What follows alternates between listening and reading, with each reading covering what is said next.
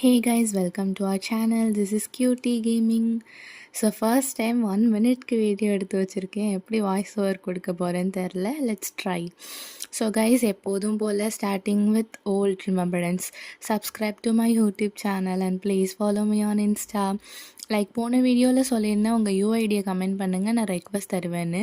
அந்த யூஐடியை கமெண்ட் பண்ணவங்க கூட என்னை ஃபாலோ பண்ணல. மன வருத்தம்ப்பா. ஸோ ப்ளீஸ் கைஸ், ஃபாலோ பண்ண மறந்துடாதீங்க.